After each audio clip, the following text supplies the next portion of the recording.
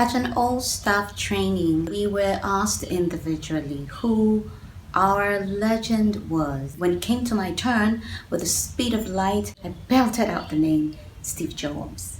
You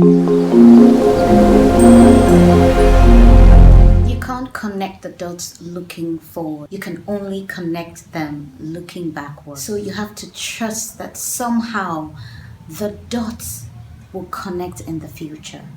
You have to trust in something, your gut, your intuition, karma, anything. This approach has never let him down, and it is what has made the difference in his life. So if trusting your intuition and your gut has made a difference in Steve Jobs' life, why don't we also take the same approach and learn from him and trust our gut? Sometimes we're always running from pillar to post, meeting people to run our ideas by to get their approval. They don't understand the vision. They don't know what it is about what you are seeing. So they can't give you the go ahead, or they can't give you their stamp of approval. You just have to get to the point where you trust your intuition and you trust that the dots are going to connect somehow in the future. This is so powerful. This is a powerful lesson. This is a powerful quote that I am applying in my life, and I hope that you apply it. Steve Jobs has gone to prove that no matter the circumstances of your birth, you can still make a difference in the world.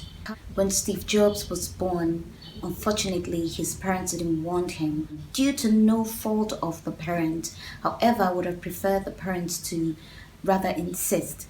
But Steve Jobs' mother's parents didn't want her to get married to the person that she was dating at the time. Coincidentally, there was a couple who was in desperate need. There's a bird on my window pane.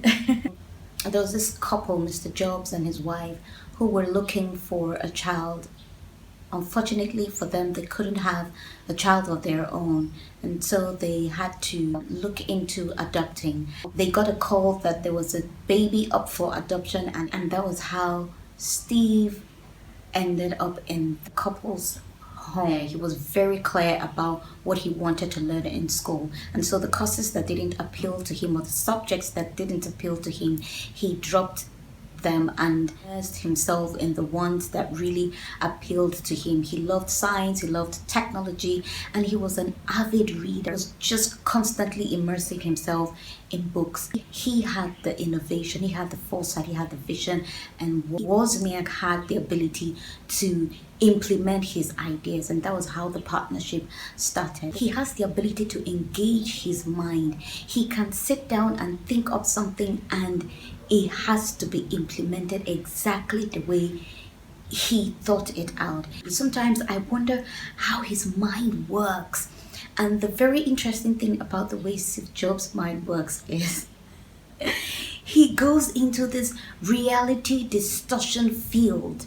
When people around him, everyone is saying this can't be done, he just believes that it can be done. He doesn't take no for an answer. In the course of the book, he made a statement about how he doesn't even have enough time to read, and he feels like every other activity such as bathing and eating was taken out of the time that he could use to read. In fact, he made a statement that if he could get food transfused into his body, it will help him save time. He did set out to make a dent in the universe, and he actually did. From computers, he went to iPhone. Apple is a thriving company today. Even when there was a disagreement with his mode of leadership, because he was quite brutal and he was quite stubborn when it came to his dealings and interactions with his colleagues, and they plotted to kick him out, and they realized that Apple was taking a down toll. He was the person who was driving the company, and there wasn't anything they could do but to bring him back. So he came back and took ownership of his company because he saw the vision for the company. He alone knew the direction he wanted to take this company to. He got into music, and he also got into movies. Wished he didn't take his health to the extreme and get so caught up in his reality distortion field that cost him his health and his life. He would have still been alive today. And I'm happy that the company is still living his dream. It's a book that stands on its own. It's a book that continues to nag at me and constantly remind me of the need to be a strong believer in your dreams and in your goals, and to take a chance on yourself.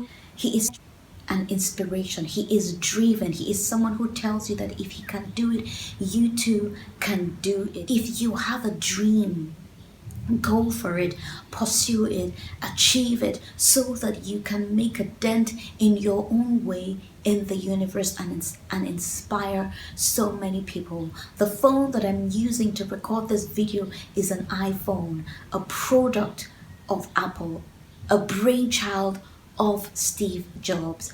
This would not have been possible if Steve Jobs decided to fold his arms and say, you know what, I am not going to do this.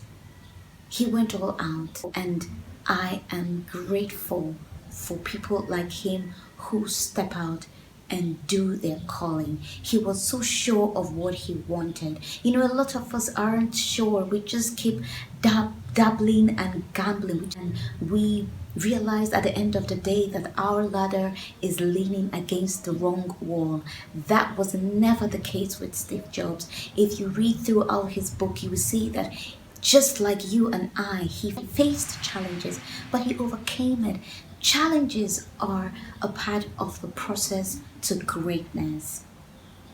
And a lot of people run away from that. I run away from that. But when I read books like this, I am inspired to face that fear and go for it. What is the worst that can possibly happen? Absolutely nothing. And some of the times, most of the things that we fear, 100% of the time, never even happen. He is first a creator in his mind, and then with the picture that he sees, he translates that vision, that dream onto paper, and it becomes a reality. You can't create anything physical if you don't create it first in your mind. That is how it is with everything that we see in existence. It was first created in the mind before it was physically manifested. It was physically made. So what is that dream that you think in your mind consistently that makes you restless and sleepless? I think you should begin to implement. I always tell people, when you have a dream or a vision, it is not that dream that you sell to people. It's your firm belief in that product or that dream that gets people to latch on and run with you. Have you read the autobiography of Steve Jobs? Did it make you as restless and sleepless as it did for me? What were the things you learned in the book? I would love for you to share with us on this platform so that we can learn and grow.